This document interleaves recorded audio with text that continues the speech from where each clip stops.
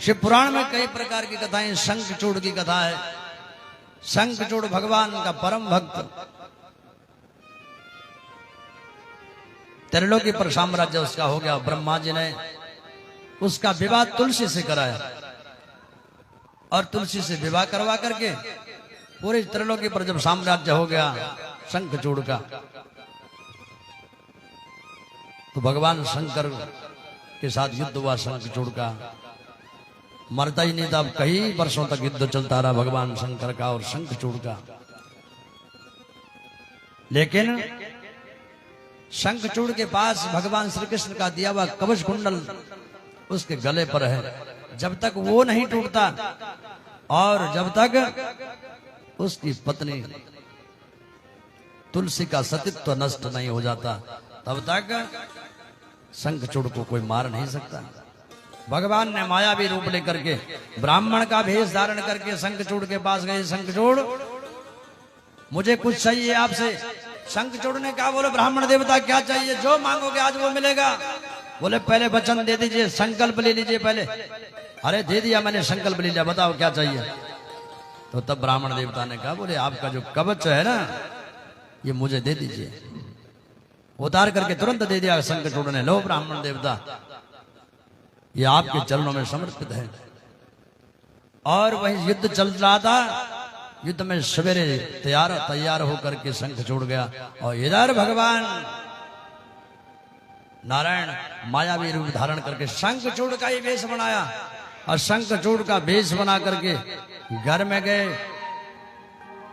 तुलसी को लगा शायद मेरे पति देव आए हैं, उनका स्वागत किया, सत्कार किया और तुलसी का सतीत्व भंग करने के बाद तुरंत शंखचूड़ का वध हो गया। बोले शंकर भगवान की जय। हर हर महादेव।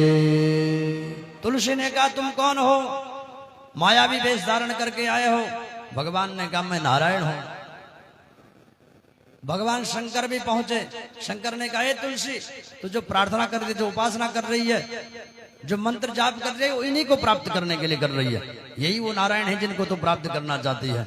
लेकिन तुलसी ने श्राप दे दिया, जा तो तेरा हृदय पाषाण के समान है, पत्थर के समान है, तूने मेरा सतीत्व भंग किया, इसलिए मैं तुझे श्राप देती हूं, तू पत्थर बन जा। भगवान ने कहा, कोई बात नहीं है, एक अवतार रह गया था पत्थर का, वो भी बन जाते हैं। और भगवान उसी समय पत्थर बन गए। भगवान ने कहा, सुनो, तुम भी इस शरीर को मुक्त करके, शरीर से मुक्त होकर के इस शरीर से ही गंडकी नदी का निर्माण होगा और तुम और हम परम वैकुंठ लोक को जाएंगे। भगवान तुलसी के साथ नारायण परम धाम को गए और इधर तुलसी के शरीर से गंडकी नदी का निर्माण हुआ और उसी गंडकी नदी में भगवान शालिग्राम शिला के रूप में परिवर्तित हो गई। बोले भक्त वत्सल भगवान की जय हो। हर हर महादेव। तो भगवान का भजन आपसे मैंने कहा, प्रभु की स्मृति हमेशा वो याद बनी रहे। कहीं भी जाएं आप, किसी भी परिस्थिति में रहें, कहीं पर भी रहें, लेकिन गोविंद को मत भूलिए, भगवान को नहीं भूलना। भोलेनाथ का स्मरण हमेशा बना रहे, प्रतिक्षण स्मरण बना रहे उसका। और स्मरण नहीं, शास्त्रों में तो कहा गया भागवत जी में कि विरह बना रहे। ब्रज की गोपियां कहते, हे गोविंद, तुझे मिलने की आवश्यकता नहीं है, 15 किलोमीटर तो दूर है वृंदावन से मथुरा, हम तुझे मिलना नहीं चाहते हैं। तू हमें मिले या न मिले ये तेरी इच्छा है, कोई जरूरी भी नहीं है कि तू हमसे मिले ही मिले, लेकिन एक काम करना, जो तेरे विरह की जो अग्नि है, इतना आनंद तो तुझे मिलने में नहीं है जितना आनंद तेरे विरह की अग्नि में है। वो हल्की सी जो आग लगी हुई हमारे हृदय पर, तुझे मिलने की उत्कट उत्कंठा जो हमारे हृदय पर बनी हुई है, हे गोविंद, ये आग हमेशा बनी रहे, नित्य निरंतर ये अग्नि बनी रहे। और जब ये अग्नि बनी रहेगी, इसी अग्नि के द्वारा हमारे पाप ताप संताप सब दूर हो जाएंगे और फिर परम पद की प्राप्ति हो जाएगी, भगवान के लोक की प्राप्ति हो जाएगी। मनुष्य जन्म का जो मूल उद्देश्य है, मानव जन्म का मूल उद्देश्य भगवान की प्राप्ति है। भगवान की प्राप्ति ही मनुष्य जन्म का मुख्य उद्देश्य है।